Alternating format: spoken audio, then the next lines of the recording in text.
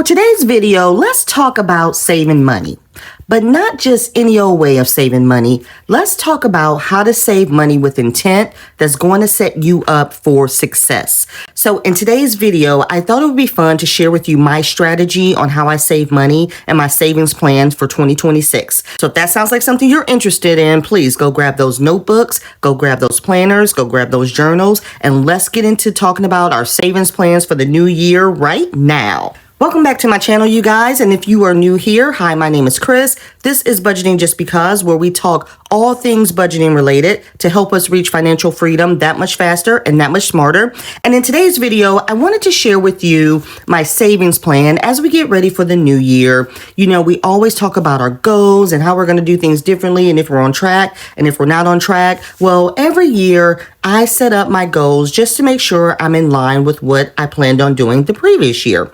And the way I set up my saving strategy is kind of similar to a way that I review with you guys. If you saw my live 2 weeks ago, it's this strategy of setting your savings into buckets or categories, if you will. And I've always saved my money this way, and it has really helped me to this day save almost $60K in my savings accounts. Now, when you look at setting up your savings into 3 buckets, the 3 buckets consist of your future savings, your stability savings, and your lifestyle savings. Now, I use those same 3 buckets, but I've renamed mine to fit my needs. We're going to get started with my first savings bucket or my first savings category, which is my future bucket, but I call it my emergency fund.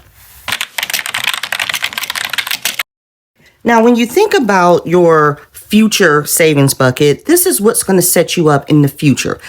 3, 5, 10 years from now, your retirement savings, all of those things is what you want to focus on when you think about your future. Now, the way I set this up is I set this up into 3 subcategories. The first subcategory is the focus. The focus under this category is my savings and mini-me savings.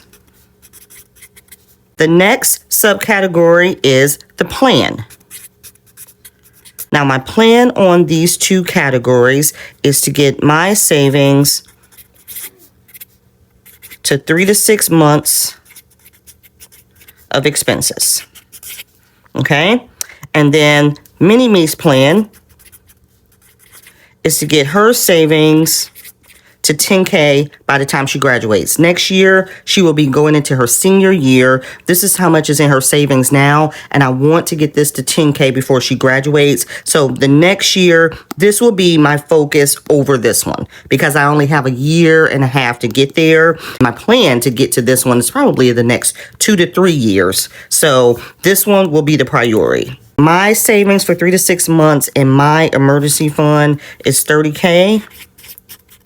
But again, that is to get to that over the next several years. This is not a race, but this is what my goal is so that for my future, I know that this is a good nest egg to work towards. Now, execution, how I plan on making this happen. How do I plan on making this happen and making this happen? Well, first, the first plan of execution is Magic Month checks. Every year I get 2 Magic Month checks. One I always use towards vacation. The second one I always use to get my savings caught up, whether it's my savings challenges, my sinking funds, whatever it may be. I always use one of those checks for that. So that's what my plan is to helping me reach these 2 goals. My second plan of execution is extra money from tax refunds or bonuses.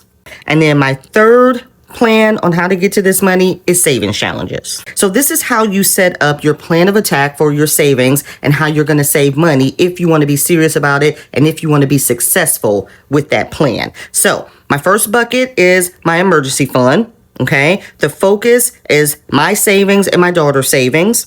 The plan is for me to save 3 to 6 months worth of expenses to make it up to 30K. Okay, and then the second plan is to get Mini-Me savings to 10K by the time she graduates from high school. My execution is I'm going to use my Magic Month checks.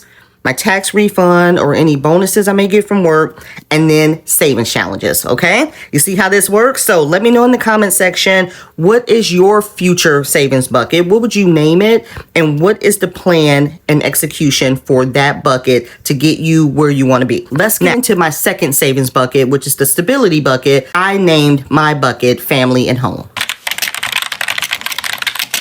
Now, the focus in this category has always been anything that pertains to my family or my home. The main focus or the main subcategories under this section has always been my home emergency fund, family, appliances, nieces and nephews, mini-me, and my ACS category, which stands for after child support.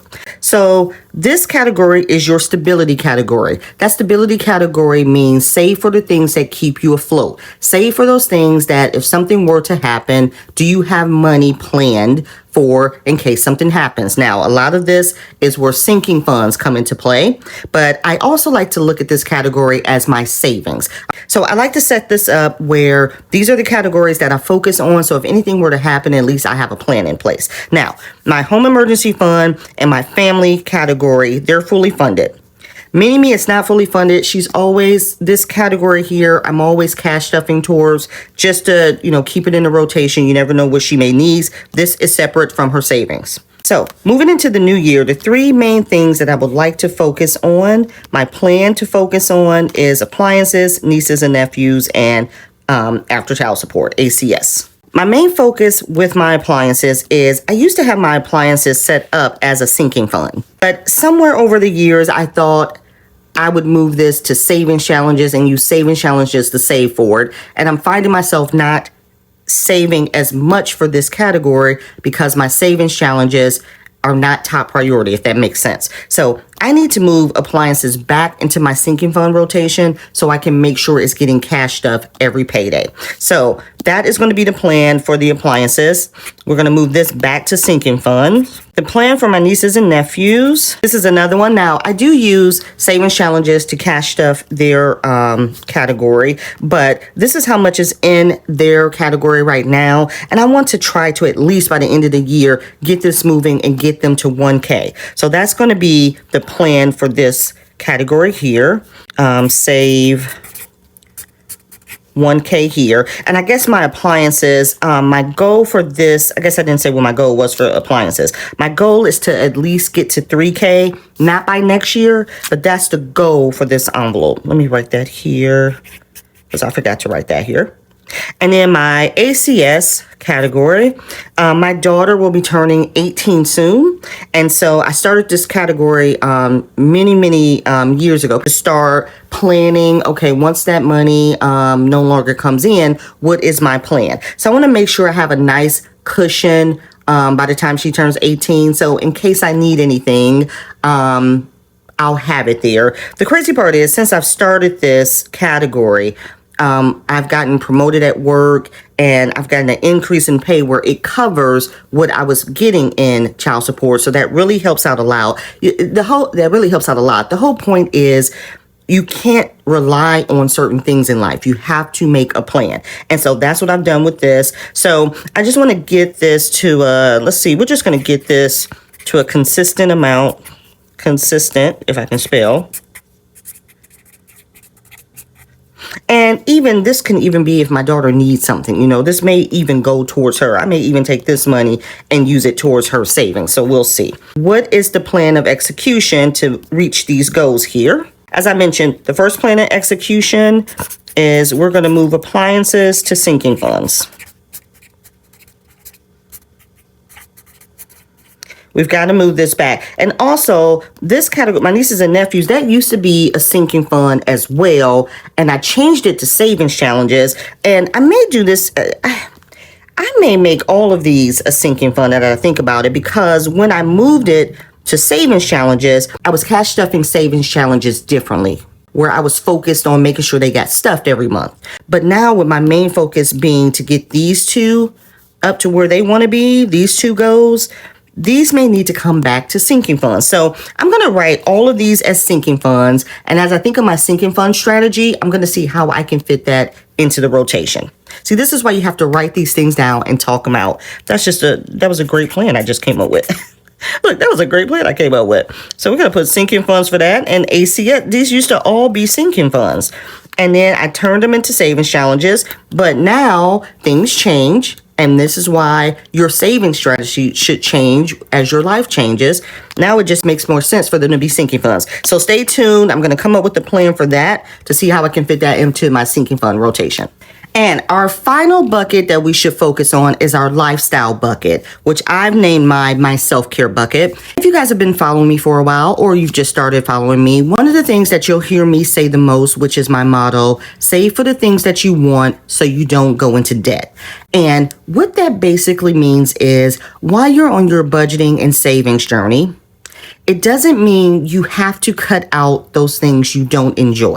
There is a way to still do the things that you enjoy, but now you just have to plan for them. And that is my goal when it comes to this category. I'm not going to cut out the things that I like, which is, my number one thing I love to do is shop and get my nails done and have a good time with my family and do things like that. I'm not cutting that out. Now, when you're on your grind and you are trying to make things happen, there's going to be a period of time where you may have to cut those things out. But they shouldn't just be cut out forever, because not doing things for yourself or things that you enjoy can really mess with your mental stability, and that can really lead you to depression and getting back into debt and all of the things. I just made that dark, so make sure you take care of yourself. So my focus in this category is simple. Save for the things that you want.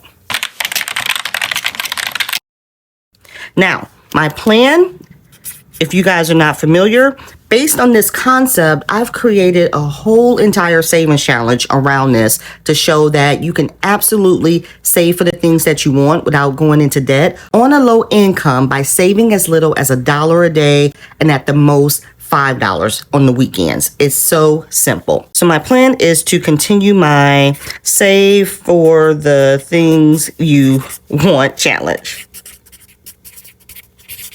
Okay, now the execution. That was sloppy.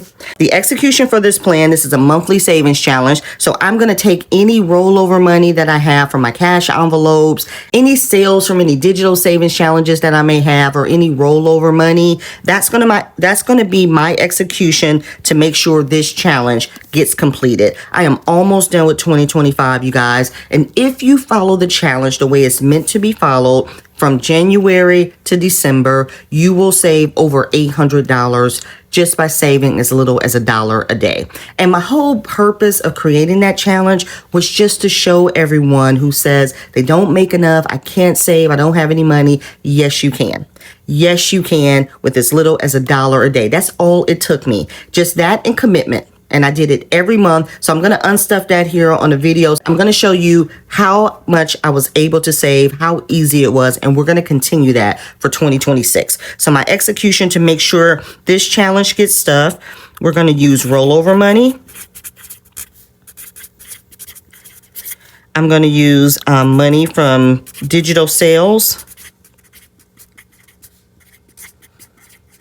Okay, and just any extra money you may have. It doesn't take a lot. You may put this in your budget. Maybe this is your only savings challenge that you do. Saving $800 in a year, it's nothing to frown at. And maybe you don't want to use it for self-care. You can use it for any of the other two categories we talked about. But the whole point is, yes, you can save on a low income. Let me show you how. Remember, our three buckets are future, stability, and lifestyle. I just renamed my buckets to fit my lifestyle, which is emergency fund, family and home, and self-care. But being the person that I am, I just don't stop at three buckets. I always have to have a backup plan. That backup plan is my miscellaneous category.